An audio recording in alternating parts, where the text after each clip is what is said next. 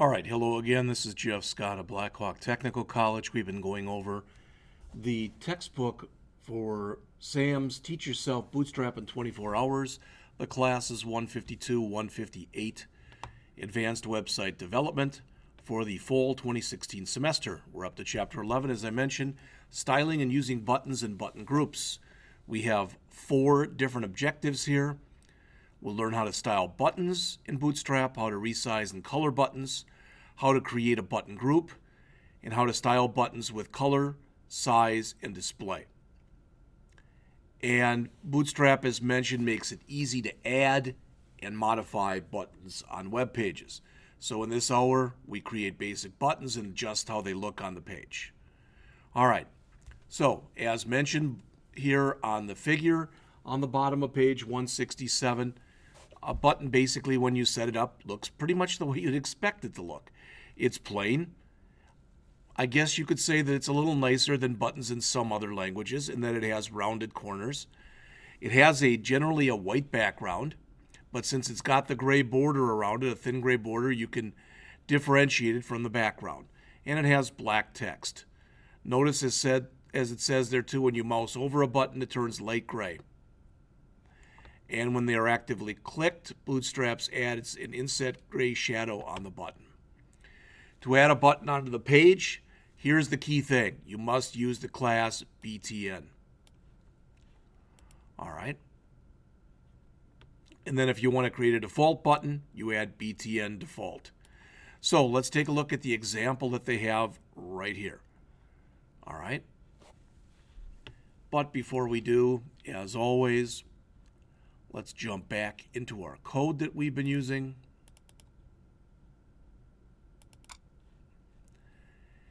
And I am in, so I might actually have it out here by now because we're up to Chapter 11. Do I have Chapter 11's code? No, I don't. All right, no problem.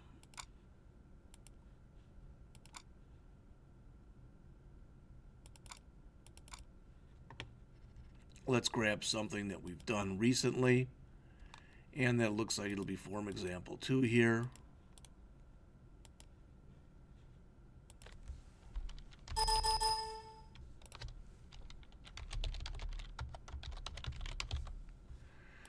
All right.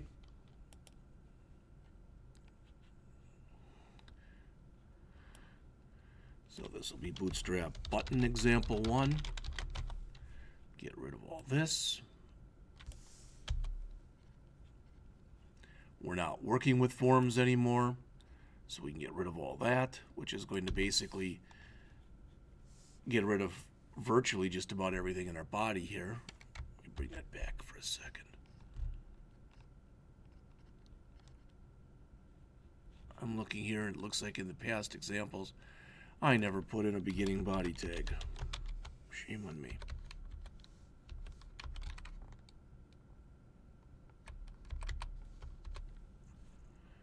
But now I've got the beginning body tag and my ending body tag. All right, so I'm just going to grab some stuff right out of the book here.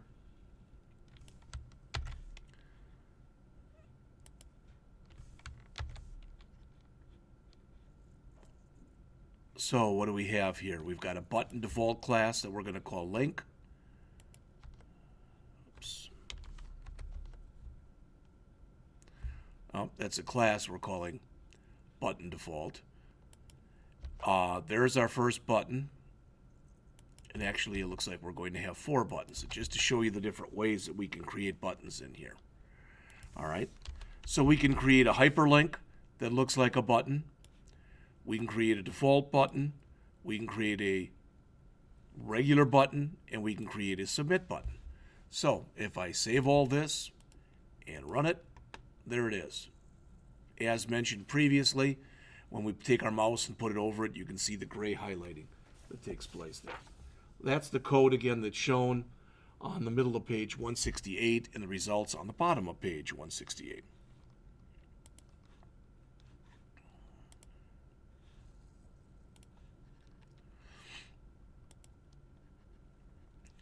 Like other Bootstrap elements, you can change the size and color of buttons in several different ways. This is the same type of coloring that we've looked at before. For example, danger will be red, success will be green, etc. So let's go and add a bunch of those. In fact, let's just grab the same example that we had previously. Rather than creating a new one here, let's just put in about 4 line breaks. And then we'll paste that in. So we've got our default primary success info, warning, danger, and link. And you'll notice a lot more color when we bring up this example. There they are. They do mention down towards the bottom of page 169 that when you use the contextual classes to convey meaning, you risk that some of your customers won't access that meaning because they don't see the color or they have audio browsers. So color can be used, but it shouldn't be an end-all, for lack of better words. So again, this is what is shown in your book on the top of page 170 in figure 11.3. There are different sizes of buttons, large, small, and extra small, in addition to the default, which is a medium size. As mentioned here, you can combine the size classes with the contextual classes to make different looks and feels. Again, let's grab this and we'll stick it into the same example we were just working with. I will again come in here and add 4 line breaks.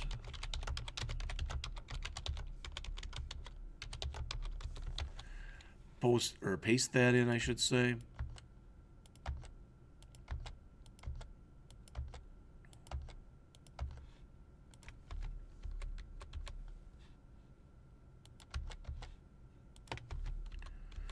And what's nice is in the examples that the author is using here, the author is putting in examples where it actually makes sense because of the wordage that's being used with the example, so you can see pretty much exactly what's going on here. All right. In fact, let me add a little bit of, there we go, just to mix it up a little bit so it's easier, hopefully, for you to see. All right, and there's the other button examples. These are shown on the bottom of page 170 in the book, and the code is on the top of page 171. All right, in addition, as mentioned on the bottom of page 171, buttons have states, as links do. They can be active, so they appear to be pressed, or disabled, so you can't click on them. Bootstrap adds additional styles. Notice active buttons, as mentioned here, will appear pressed by getting a darker background, a darker border, and an inset window. So we can look at these and compare them with what's shown here. Here are some disabled buttons, so you can see the difference between enabled and disabled. But the author mentions here a little note to the wise on the bottom of page, shouldn't even say on the bottom of page, it's the middle of page 172. Don't use disabled tags or the disabled attribute with an A tag. All right. So why disable buttons? It says it might seem odd to do that. After all, wouldn't that frustrate customers? But disabling on your web page can make forms more usable. For example, if a form has a large number of required fields, you might go in and disable the submit button until at least all of the required fields are in. Or here's another good one. You've got a terms and conditions field. It might be a checkbox. And you don't allow the user to go on until he or she has clicked that they've read those terms. All right, that type of an idea. Okay, button groups. You can group buttons together on a line as a group, which connects the buttons together and makes them basically it makes them a unit. You can create horizontal groups, vertical groups, and toolbar button groups. To do that, as mentioned, we've already looked at a little bit of this, you surround your buttons with a container element such as a div with the class button group. So we're going to look at this right now. Here is a simple button group. And this example here is shown on the middle of page 173. So again, maybe I'm just being a little bit lazy this morning, but I'm just throwing everything pretty much in the same example. Remember, again, you will have all of this code by the time I get my butt around to actually putting it into the system. So there they are. You could also make them larger or smaller, and that's shown in the book here on the bottom of page 173. So you can see you can jack with the size. Another class that you can use, as mentioned on the top of page 174, is the justified class, which will stretch the buttons in the group to span the entire width of the container. So this looks very similar to the previous example, except we've added BTN group justified.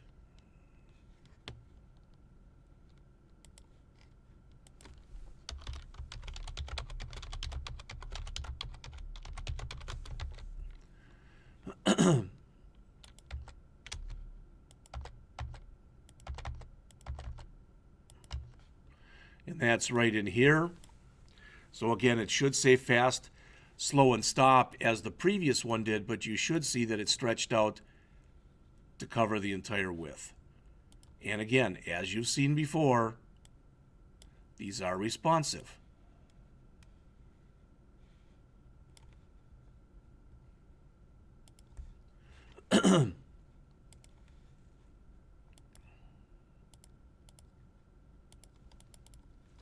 All right, just a couple more pages in the chapter here. Down towards the bottom part of page 174. So we just saw this example right here, but you can have a justified button group with button elements, which is shown down toward the bottom. Again, what's the difference?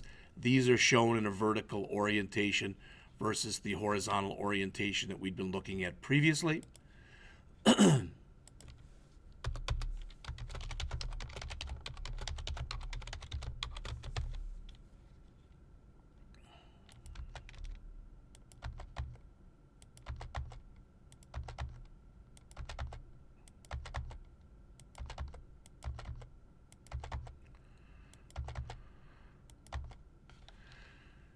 And you'll see it's exactly the case when we look at it here. Or not.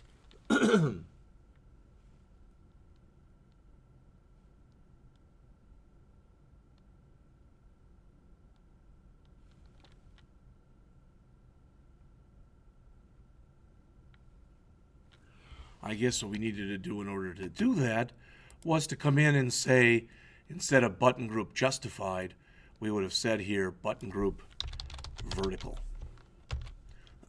So let's look and see what that looks like. And there you see it down towards the bottom of the page. All right.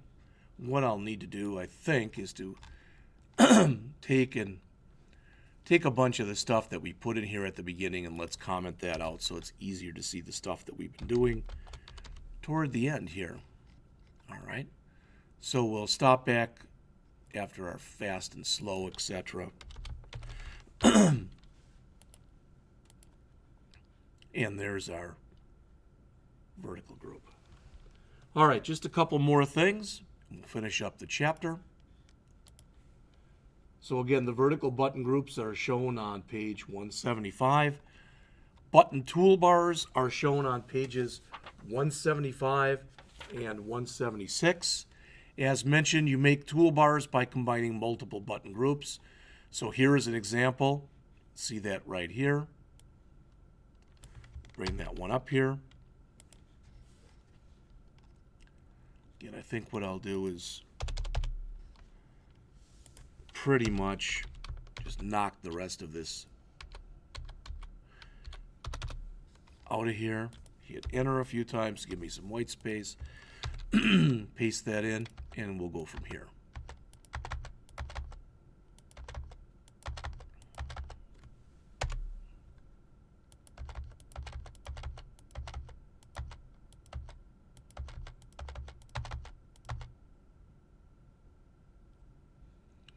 Should have been over one. Same here. Hopefully what you're seeing with this, and I'm not trying to waste your time, but hopefully what you're seeing with this is that you can make dramatic effects on a web page with a very small amount of code. All right? And that's one of the virtues, so to speak, of using Bootstrap, is you can do a lot with a little. Bootstrap includes a script that allows you to do more with buttons. So in other words, with virtually everything that we've been doing thus far, if you look at this, and if you click a button, nothing's going to happen. Well, that's all fine as long as you only want to use buttons in a decorative type of format. But if you want to do something with them, you have to provide more. So as the author is saying, when we get to Chapter 18, transitions, button alerts, and progress bars, we'll look at that. So this chapter was about buttons and button groups. If we look at the Q&A on the bottom of 177 and the top of page 178, what you'll notice here, it says, how do you make buttons do something? All right. And again, as we already mentioned, that will be covered in Chapter 8. But the point is, in order to make it be able to do something, you've got to program something in for it to do something. All right, and again, that's what we're going to get to in Chapter 8. I prefer to use the A tag on my buttons. Does this really matter? All right, it says Firefox versions below 30 have a rendering bug that makes it a little bit different. Bootstrap recommends using the button tag. You can use any of them, but again, I think it's at least somewhat, it's a matter of choice. But that said, if something is recommended, there's a reason that it's recommended. It's going to end up looking and acting and reacting the best. Can I turn checkboxes and radio buttons into buttons? And the answer is yes, you can. And again, it's covered in Chapter 18. So, which of the following is a valid tag for creating a button? The answer is you can use all of them. Number 2, which of the following is the best tag for creating a button? The answer is the button tag, which we just looked at. Which class is required to create a Bootstrap button? It's the BTN class, A. What does the BTN underscore link class do? It creates a button that looks like a hyperlink. Which of the following is not a secondary class for buttons? Number 5, and it's A. BTN correct. Number 6, which of these classes will resize a button? The answer to 6 is A, BTN LG for large. Number 7, how do you disable a button element? And the answer is B, you add the disabled attribute. Number 8, when should you use the state classes .active and .disabled? B, use them when you need the state of the button to be exactly or explicitly displayed. Number 9, what is the class or classes to define a button group? And it's .btn underscore group. And finally, number 10, how do you ensure a button group is accessible? And the answer is D, use the role attribute to define it as a toolbar or a group. In the next chapter, Chapter 12, we'll go over creating a navigation system with Bootstrap. I'll be back with that chapter shortly.